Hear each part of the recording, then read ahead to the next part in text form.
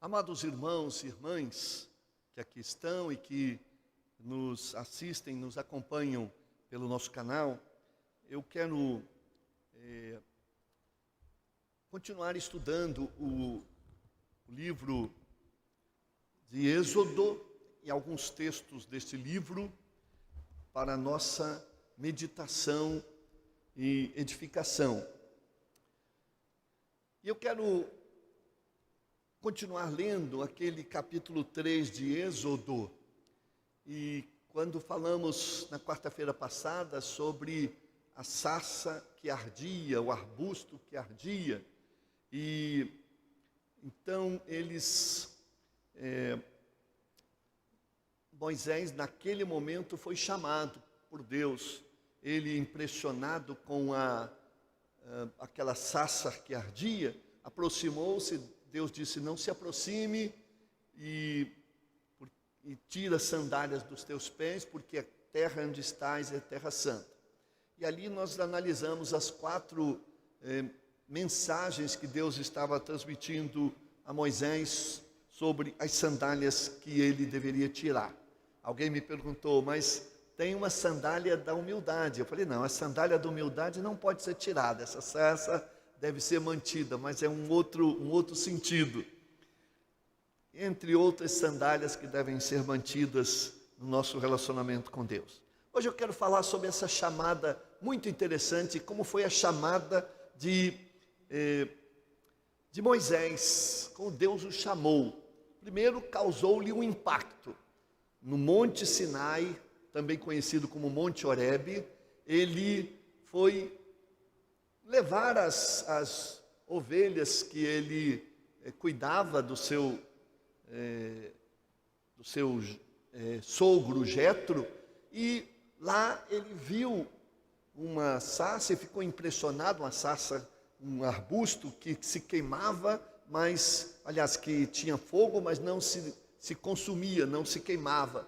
E ele foi ver aquele fenômeno e ali, então, ele teve um encontro com Deus, uma visão da manifestação de Deus. Ele não viu Deus, mas a manifestação de Deus, o que a Bíblia, que em teologia chama teofania, uma manifestação de Deus. E aí, então, Deus vai chamá-lo para uma obra especial. Vocês conhecem, Moisés é um homem talvez mais conhecido de todo o tempo, assim como Abraão, e em todas as religiões, de alguma maneira, tem uma palavra, tem uma coisa boa sempre para dizer a respeito de Moisés.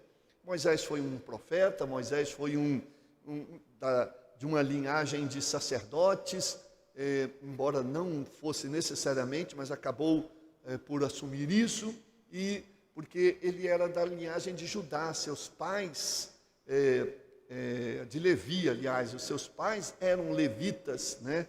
E ele também era um levita. E seus pais chamavam-se Arão e Joquebede. E ele tinha mais 2 irmãos, que foi o Arão e a Miriam. Então, aqui nós vamos ver como Deus o chamou. E como Deus talvez esteja chamando muita gente. Há um chamado geral para a conversão, para o serviço cristão, para a dedicação à sua obra. E todos os irmãos desta igreja, ao se batizarem, são, de alguma maneira, vêm porque sentem que foram chamados para o serviço cristão, para a obra de Deus, para serem úteis, para serem uma bênção.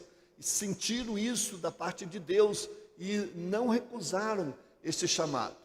Mas às vezes, nessa nossa caminhada como cristãos, Deus às vezes acrescenta algumas tarefas na vida da gente e a gente nem sempre está tão disponível. No caso de Moisés, além de um chamado geral para ser do povo de Deus, ele também recebeu um chamado, digamos assim, muito difícil, muito difícil. E que certamente Deus nem me chamaria, porque eu não seria capaz, ou a maioria de nós, mas chamou Moisés porque sentiu que ele tinha preparo, tinha preparo em dois sentidos. Primeiro, um preparo técnico, um preparo teórico, um preparo intelectual, cultural. Moisés era talvez um dos homens mais sábios do seu tempo. Ele, durante 40 anos da sua vida, ele viveu no palácio, ele foi treinado, ele conheceu a cultura. Naquele tempo, a cultura egípcia era a cultura mais avançada do seu tempo. Então, a ciência do Egito era uma ciência muito próspera. E Moisés foi treinado também como filho da filha de Faraó, porque ele foi adotado por esta princesa, e ele estava sendo treinado para ocupar cargos elevadíssimos no Império Egípcio. Mas então Deus olhou para aquele homem, mas Deus, desde o ventre, Deus já tinha separado Moisés para isso. Eu acho que Deus permitiu então que ele tivesse um tempo de preparação. Todos nós temos que ter um tempo de preparação. Quanto mais preparados, quanto mais aperfeiçoados estivermos, mais úteis seremos. Quanto mais afiada estiver a faca, melhor ela cortará. Então a gente precisa sempre de capacitação, de treinamento, de buscar a palavra. O apóstolo Paulo, antes de começar a pregar, a viajar, a ensinar, ele passou 3 anos na Arábia aprendendo mais sobre o Antigo Testamento. Ele já conhecia muito, mas ele queria conhecer mais. Ele queria fazer essas conexões do Antigo Testamento com Jesus Cristo. Nós estamos estudando aqui as conexões do Antigo com o Novo. Então, Paulo fez estas conexões durante 3 anos e depois, então, foi pregar e ensinar. O livro de Atos, capítulo 7, verso 22, Estevão estava falando sobre Moisés, e ele disse que Moisés foi educado em toda a sabedoria do Egito, ou dos egípcios, e veio a ser poderoso em palavras e em obras. Então é um testemunho, e aí o Estevão vai falando sobre Moisés, o que ele fez, já no Novo Testamento, antes mesmo dele ser apedrejado. Depois também, o livro de Hebreus, quando fala dos heróis da fé, vai dizer que pela fé Moisés, já adulto, recusou ser chamado filho da filha de Faraó, preferindo ser maltratado como povo de Deus, a desfrutar dos prazeres do pecado durante algum tempo.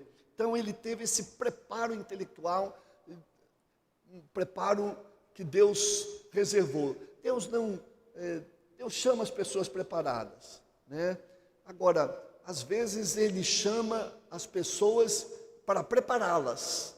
Então eu acho que o chamado de Moisés foi até antes. Depois Deus o encaminhou para um preparo, 40 anos de conhecimento, e aquilo não maculou a sua fé, não prejudicou a sua fé, e depois ele também teve um preparo, digamos assim, prático, existencial. Depois ele passou 40 anos no deserto de Midian, nas terras do seu sogro Jetro, onde ele conheceu a sua esposa, Zípora, e lá ele se tornou então uma pessoa que aprendeu muitas coisas, por exemplo, como relevo geográfico, trilhas, oásis, fontes, onde estavam as coisas, por onde ia, por onde faz. Então parece que Deus estava preparando Moisés para ser aquele guia, orientador da caminhada do povo durante todo o tempo. Então ele teve todo o conhecimento geográfico do tempo, das estações, vivido como pastor e na sua inteligência. Ele viveu entre os medianitas. Os medianitas eram os parentes assim um pouco distantes dos hebreus, mas ao que tudo indica, houve influência espiritual, e o sogro de Moisés, Jetro, era um sacerdote que de alguma forma tinha o temor de Deus no seu coração, e isso foi passado para seus filhos. Agora vamos então examinar, vocês que estão aqui olhem ali, eu vou ler o texto e os irmãos vão, e a gente vai fazer pequenas meditações. Primeiro, então, a chamada. Então, verso 6, estejam atentos aí vocês também. Disse ainda, eu sou o Deus, lá no meio da sarça ardente, Deus vai dizer, eu sou o Deus de seu pai, pai de Moisés, Arão, né? O Deus de Abraão, o Deus de Isaque, o Deus de Jacó. Então Moisés cobriu o rosto, pois teve medo de olhar para Deus. Como eu disse, aquela ideia de que quem visse Deus não resistiria à sua glória. E de fato Deus não se mostrou plenamente, porque conhecia a limitação, mas a voz dele e a manifestação simbólica através da sarça que ardia, ali estava Deus. Então, vejam só, Deus então, a primeira lição que a gente vai logo aprender aqui, é que Deus vê a nossa luta. A gente não pode esquecer disso. Deus vê a nossa luta. Veja o verso 7. Disse então o Senhor, de fato, tenho visto a opressão sobre o meu povo no Egito, e também tenho escutado o seu clamor por causa dos seus feitores, e sei quanto eles estão sofrendo. Essa é uma palavra boa, né, para a gente. Deus sabe como a gente está sofrendo. Deus sabe como o mundo está sofrendo. E, de certa forma, sabe também que muito desse mundo é responsável por esse próprio sofrimento. E aqueles filhos de Deus que, de alguma maneira, estão sofrendo com mais intensidade, Deus se solidariza e pode acreditar, Deus sabe de tudo, Deus está no comando de tudo, Deus está no controle, então Ele sabe da nossa luta, Ele sabe do seu sofrimento, Ele sabe da sua angústia, Ele sabe da sua dificuldade financeira, e confia nele, descansa nele, continue fazendo a sua parte, continue procurando alternativas para a sua vida, que a bênção do Senhor será sobre você. Segunda lição aqui, Deus intervém em nosso favor, sempre intervém, porque Ele não basta Ele saber o que acontece conosco, mas Ele quer fazer alguma coisa, se a gente o busca, se a gente pede a Ele a sua misericórdia e graça, Ele nos assiste. Veja o verso 8, por isso desci para livrá-lo das mãos dos egípcios e tirá-los daqui para uma terra boa e vasta, onde manam leite e mel. Então Deus quer um tempo melhor para a vida da gente, Deus quer um espaço melhor, Deus quer bênçãos maiores para a vida da gente. Deus não quer que a gente viva em sofrimento, ainda que o sofrimento possa até nos levar para a sua presença, e isso não deixa de ser uma grande bênção, mas Deus sempre quer o melhor para a gente. Deus vai agir em nosso favor. Se for para curar, Ele vai curar. Se for para dar uma coisa que a gente sonha, Ele dará. Se aquilo for bênção para a nossa vida, Deus vai agir, Deus vai providenciar. Então, através daquela ação com Moisés, Ele estava iniciando um processo de libertação do seu povo. Terceiro, não há vitória sem lutas. Eu nunca vi, ou poucas vezes vi, alguém receber alguma coisa sem alguma luta. Então, Deus ia libertar o seu povo, mas Ele ia usar os seus próprios filhos para ajudar nessa libertação.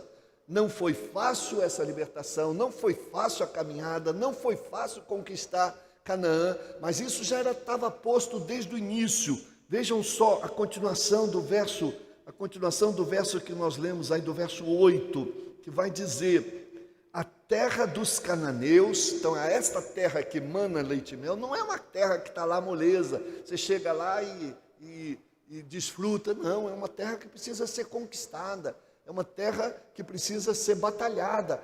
Eu queria ter dinheiro. Bom, você vamos conquistar, vai trabalhar, vai empreender, vai fazer a sua parte, e eu vou estar contigo, vou estar com a bênção, vai nessa direção. Então, quem acha que as coisas vêm do céu, assim, sem que você tenha que fazer qualquer esforço pessoal seu, isso está muito enganado. E às vezes há pregações do Evangelho que dizem assim, que as coisas vão cair do céu e que você precisa apenas fazer uma ou outra coisinha, mas não, é trabalho, é um envolvimento nosso. Então ele diz, lá é a terra dos cananeus, dos hititas, dos amorreus, dos feruzeus, dos heteus, dos jebuseus, pois agora o clamor dos israelitas chegou a mim e tenho visto como os egípcios os oprimem. Então, a vida cristã nos ensina esta que nossa luta é uma luta em que as bênçãos, elas têm que ser conquistadas. São Deus que nos dá, mas Ele nos usa para que a gente conquiste a bênção e o nosso trabalho, Deus vai conosco à frente. E aí agora a missão, qual é a missão que Ele vai dar a Moisés? Verso 10, vais, pois, agora, eu o envio ao faraó para tirar do Egito o meu povo, os israelitas. Bom, que missãozinha fácil, tranquila. Ô faraó, deixa o meu povo ir, Deus mandou que libertasse. É claro que não seria uma missão fácil, muito difícil. Mas Deus estava designando Moisés para uma missão muito pesada, muito difícil, porque sabia que ele podia, sabia que ele ia conseguir. Mas por que Deus não faz as coisas por conta dele mesmo? Nunca foi assim, nunca será assim. Deus nos deu esse templo, mas foram os irmãos aqui que construíram com dificuldade. Deus nos deu esse prédio, Deus nos deu a nossa denominação e toda a sua... Mas fomos nós que batalhamos e a bênção dele estava conosco. Sem esta ação humana também as coisas não vão. Então, Moisés agora vai apresentar a primeira resistência, a resistência da autoestima baixa. Você pode chamar também de humildade. Veja que Moisés, diante desse desafio, eu também acho que diria a mesma coisa, e talvez ele vai dizer, Moisés, porém, respondeu a Deus, quem sou eu para apresentar-me ao faraó e tirar os israelitas do Egito? Quem sou eu? Eu sou um pastor de ovelhas, eu sou um Zé Moisés, eu não tenho essa condição, não tenho essa envergadura. Isso é positivo, mostra que de alguma maneira havia humildade, mas também havia a questão da autoestima. Ele tinha passado momentos difíceis há 40 anos atrás, lá no Egito. Ele saiu de lá meio que fugido por ter participado na defesa de um conterrâneo seu, israelita. Ele acabou matando um egípcio, se criou problema, mas o tempo já havia passado, ele esteve lá no seu exílio, mas agora Deus o convoca. Ele já não se sente mais capaz, a essa altura da vida, com 80 anos, quem sou eu? Eu não sou ninguém para fazer isto. E aí vem então a provisão de Deus, vem aí a resposta de Deus. Deus então afirmou, eu estarei com você. Pronto, isso basta. Se Deus estará comigo, se Deus estará com Moisés, bastaria. Sem a presença de Deus não adianta nem grande capacidade, grande potencial e até superestima, que não vai resolver. A gente sempre tem que se achar incapaz, mas dependente da graça de Deus. Então Deus disse, eu estarei com você. Esta é a prova de que eu é quem o envio. Quando você tirar o povo do Egito, vocês prestarão culto a Deus ou a mim neste monte. Quer dizer,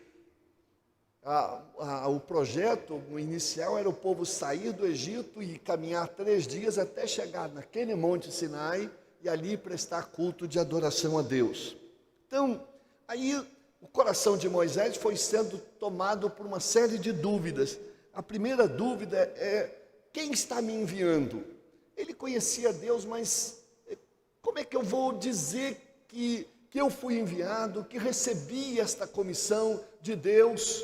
É claro que muita gente diz que Deus mandou ele fazer aquilo, Deus me falou aquilo, Deus me falou aquilo, e a gente fica em dúvida, será que foi Deus mesmo? Será que não foi um sonho? Será que não é um delírio dessa turma? Será que não é um maluco aí qualquer? Então, Moisés é um homem inteligente, tinha consciência. E agora, o que eu vou chegar lá e dizer, olha, faraó, Deus me mandou para você libertar. Olha aí, pessoal de Israel, eu estou aqui para comandar vocês. Então, Deus vai responder. Aí Moisés vai dizer, verso 12: quando eu chegar diante dos israelitas e lhes disser, o Deus dos seus antepassados me enviou, e a vocês, e eles me perguntarem, qual é o nome dele? Que lhes direi? O que eu vou dizer a respeito disso? Então Deus vai responder, eu sou. Diga a eles que eu sou, mandou. E o verso 14 disse Deus a Moisés, eu sou o que sou. Então essa expressão aí do Yahvé, eu sou o que sou, eu sou o que sou, eu sou o eterno. Eu sou o que sempre fui, eu sou o que sempre serei, eu sou o que não muda, eu sou a presença permanente, eu sou, ele é o grande eu sou, e o seu filho também tomou para si, como parte da Trindade, esta condição do eu sou, isto é que você dirá aos israelitas, eu sou, me enviou a vocês. Verso 15, disse também Deus a Moisés, diga aos israelitas, o Senhor, o Deus dos seus antepassados, o Deus de Abraão, o Deus de Isaac, o Deus de Jacó, enviou-me a vocês, esse é o meu nome para sempre, nome pelo qual serei lembrado de geração em geração. Pois bem, e aí, o que eu vou dizer para esse povo? Então a mensagem que Deus mandou para que Moisés dissesse foi a seguinte: vá, reúna as autoridades de Israel. Lá no Egito, mesmo a situação de escravidão, eles tinham um grupo de líderes anciãos que comandava, que dava de alguma forma uma assistência espiritual. Reúne essas autoridades de Israel e diga-lhes, o Senhor, o Deus dos seus antepassados, o Deus de Abraão, de Isaac e de Jacó, apareceu a mim e disse, eu virei em auxílio de vocês, pois vi que lhes tem sido feito no Egito. Prometi tirá-los da opressão do Egito para a terra dos cananeus, dos heteus, dos amorreus, dos ferezeus, dos heveus e dos jebuseus, terra onde manam leite e mel. E aí então Moisés vai fazer uma segunda pergunta. Ele está certo, ninguém aceita uma missão tão dura, tão difícil, sem entender todas as coisas. Primeiro, como o pessoal dos israelitas vão me receber? E agora ele vai fazer outra pergunta, e que demonstra um pouco da sua incerteza, naquele momento. Moisés então respondeu, e se eles não acreditarem em mim, nem quiserem me ouvir, e disserem, o Senhor não lhe apareceu? Isso é mentira, você está enganando, isso não é verdade, o que eu vou fazer? Eu não vou ter argumento, eu digo, foi Deus mesmo, foi o eu sou, foi o grande eu sou. Então Deus, sabendo que isso poderia acontecer, então apresentou para Moisés 3 sinais que ele deveria fazer. E ele ensaiou, é tão interessante isso, ele ensaiou estes sinais com Moisés.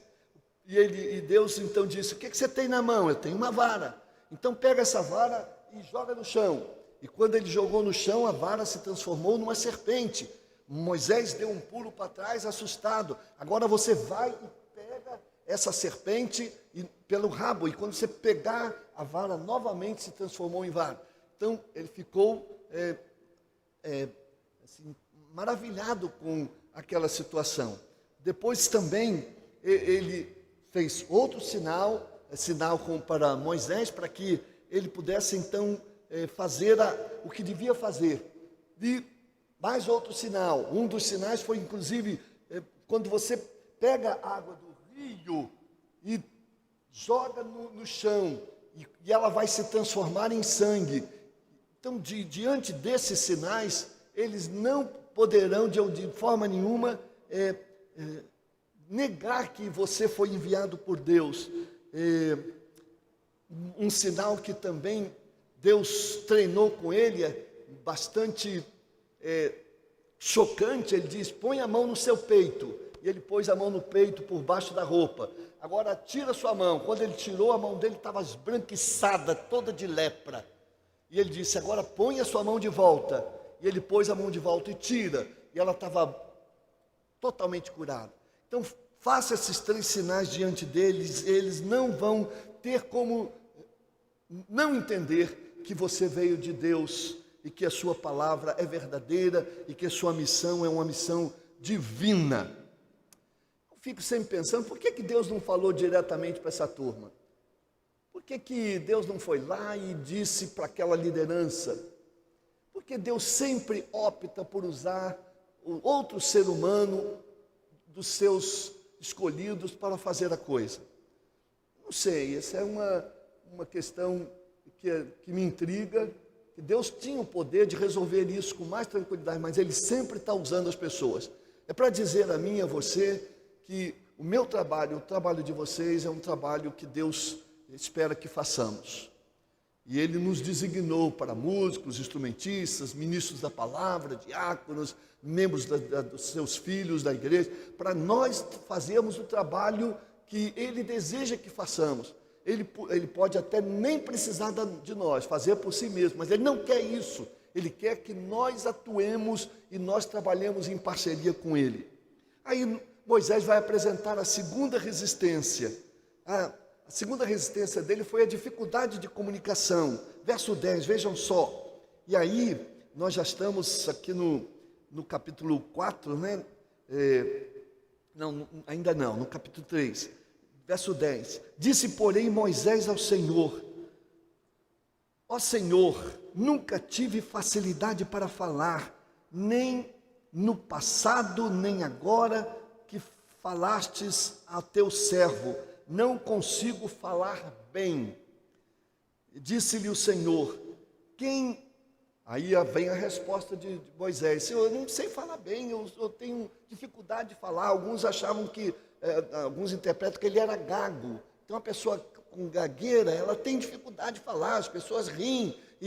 Então, é uma luta, naquele nervosismo, a pessoa não se expressa bem. Outros já entendem que aquela dificuldade que ele tinha de falar, talvez seja pela maneira dura e rude. Moisés sempre foi muito sincero, foi muito direto, o que era certo, o que era errado, ele não tinha muita diplomacia. Então ele disse, eu não sou a pessoa adequada para falar, eu tenho essa dificuldade.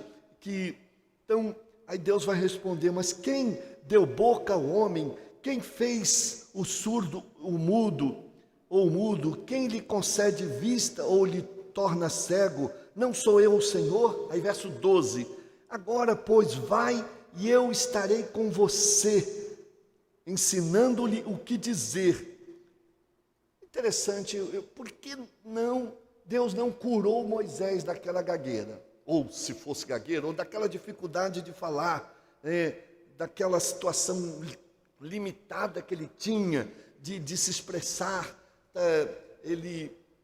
alguma rouquidão ou alguma coisa que ele dizia que a sua língua era pesada, então as palavras lhe pesavam a boca. Tem gente que fala melhor do que escreve, outros escrevem melhor que falam. Eu, por exemplo, escrevo melhor do que falo, né? Eu sinto isso, mas outros falam melhor e às vezes na hora de escrever não consegue. Então tem gente que tem um pouco mais de dificuldade de falar, de se expressar, e se expressa de outras maneiras. Moisés reconheceu isso, essa sua dificuldade, mas ele não pediu a Deus para curá-lo, mas também Deus não disse que ia curá-lo. Ele disse, eu vou usar você a si mesmo. É que nem o apóstolo Paulo, ele tinha um espinho na carne, aquilo atrapalhava ele, era talvez uma doença. Ele pediu, Senhor, me cura, mas Paulo pediu, mas Deus não atendeu. Moisés nem pediu, nem Deus tomou a providência para fazer isso, porque Deus queria usar Moisés do jeito que ele estava. Então, aí vem uma terceira resistência de Moisés, o verso 13. Respondeu-lhe, porém, Moisés, olha, com mais uma resistência. Ah, Senhor, peço que envies outra pessoa. A coisa que eu mais vejo aqui na igreja, às vezes é isso. Você olha para uma pessoa, aquela pessoa é formidável, se daria bem naquele ministério, podia fazer aquele trabalho tão dedicadamente. A gente vai lá, pastor, eu não tenho muito tempo. Pastor, eu não acho que eu sou capaz. Pastor, escolhe outra pessoa. Isso dá uma tristeza no coração da gente, quando veem as pessoas capacitadas. E Moisés era capacitado, e Deus sabia disso. Moisés tinha experiência do deserto, Moisés tinha experiência intelectual. Moisés foi capaz de escrever 5 livros, possivelmente o de Jó também. Moisés foi capaz de escrever toda a legislação do povo de Israel. Então ele foi um legislador fantástico, ele foi um dos líderes mais extraordinários e mais lembrados de todos os tempos. Ele comandou 2,5 milhões de pessoas no meio de deserto, no meio de críticas, no meio de murmurações, no meio de sofrimento. Então ele é um homem realmente extraordinário, e Deus sabia que ele tinha resistência, que ele tinha capacidade. E às vezes Deus mexe com o coração da igreja e descobre pessoas que podem ser úteis numa determinada tarefa, mas as pessoas vão apresentando resistência. E aí eu entendo exatamente o que aconteceu com Deus. Veja só, verso 14. Então o Senhor se irou. Deus ficou já começando a ficar aborrecido com Moisés. Já 3 resistências. Eu estou convidando você e você colocando obstáculo.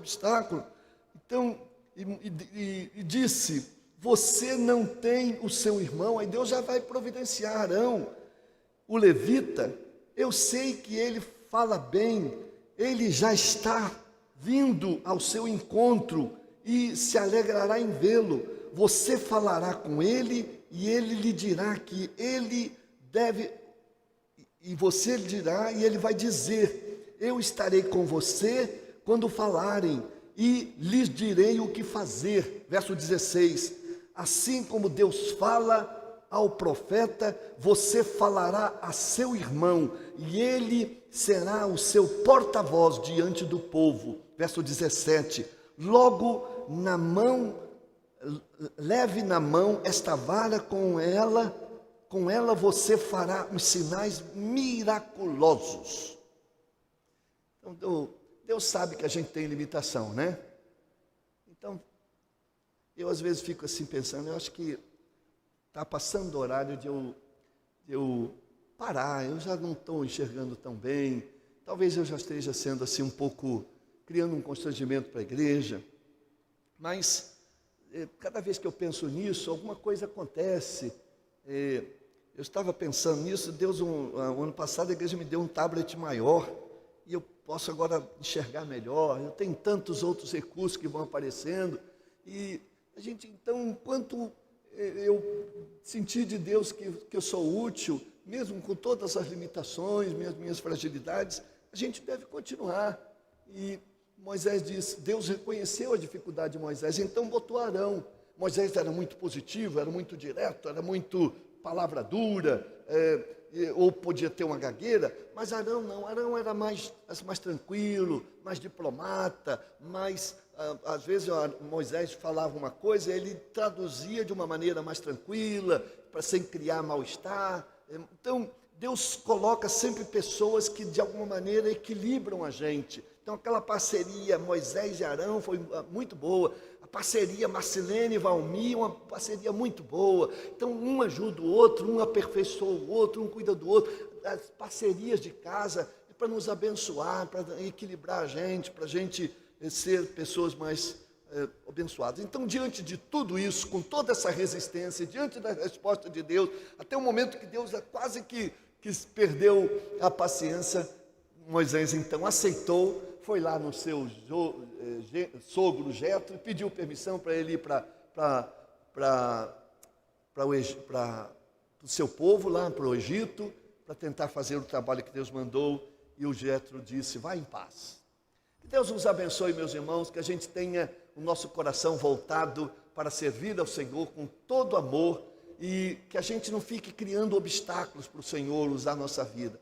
Se Ele nos chamou, se Ele está tocando o nosso coração para fazer uma, faça, com todas as suas limitações, procure se aperfeiçoar, mas faça, atenda a chamada, não crie obstáculos, não ponha outras prioridades na frente do Senhor e da obra do Senhor. Nós vamos cantar.